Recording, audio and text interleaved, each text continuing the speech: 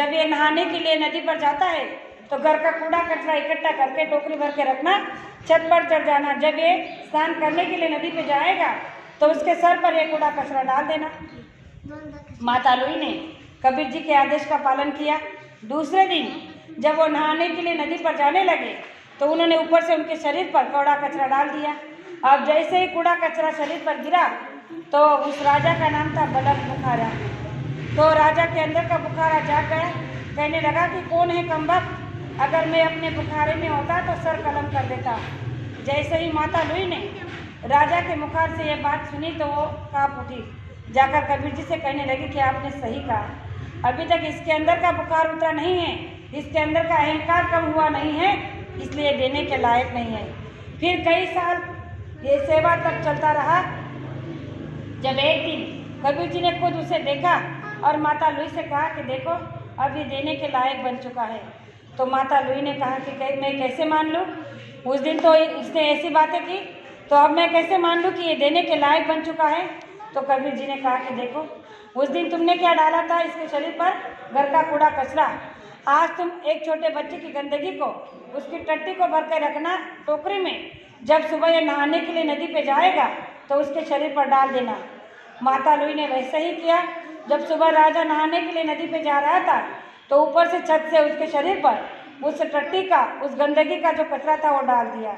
जैसे ही राजा के शरीर पर वो गंदगी की बदबू आने लगी तो उसने अपने दोनों हाथ को जोड़कर उस परमपिता परमात्मा से ये विनती की कि हे परमात्मा, ये प्रभु, ये मानव तन, ये नाशवान शरीर किसी के काम तो आया, मेरे शरीर कटने से पहले, मरने से पहले किसी की गंदगी को उठाने के काम तो आया। जब उसके अंदर की ये विवेकता, उसके अंदर की निर्मलता, उसके अंदर के ये निर्मल भाव जब बाहर प्रकट हुए तो माता लुई भी प्रसन्न हो गई। तब माता लुई ने कहा कि कबीर जी से कि आपने सही कहा, ये देने के लायक बन चुका है। और उसके बाद फिर राजा तेज बलक बुखारे को कबीर जी ने नाम का दान दिया और अपनी जीवात्मा को जगाने का रास्ता दिया। प्रेमियों, इस दृष्टांतों को समझाने का मेरा इतना ही तात्पर्य है कि राजा महाराजाओं ने इन चीज को पाने के लिए, इस नाम के दान को पाने के लिए अपनी सारी आयु लगा दी, अपना राजपाट तक ठुकरा दिया, इतने जटिल से जटिल साधना की, का सेवा की, तब जाकर उन्हें ये नाम का दान मिला। हम आप कितने सौभाग्यशाली है कि बाबा जय गुरुदेव जी महाराज ने ना हमसे कुछ लिया ना कुछ मांगा।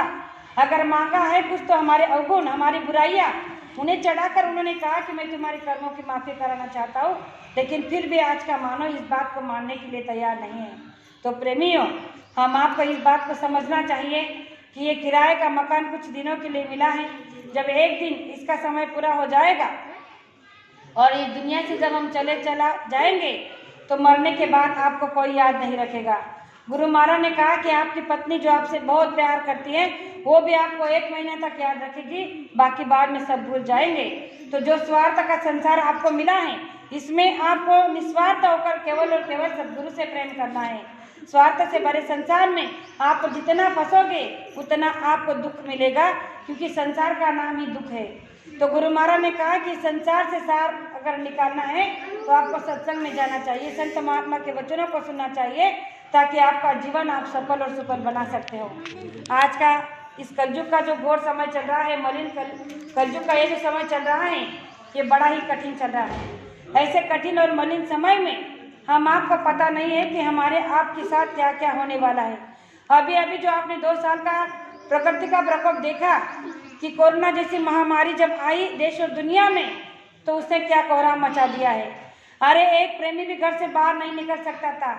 2 बरस तक, 8-8, 9-9 महीने तक घर से कोई बाहर नहीं निकल पा रहा था।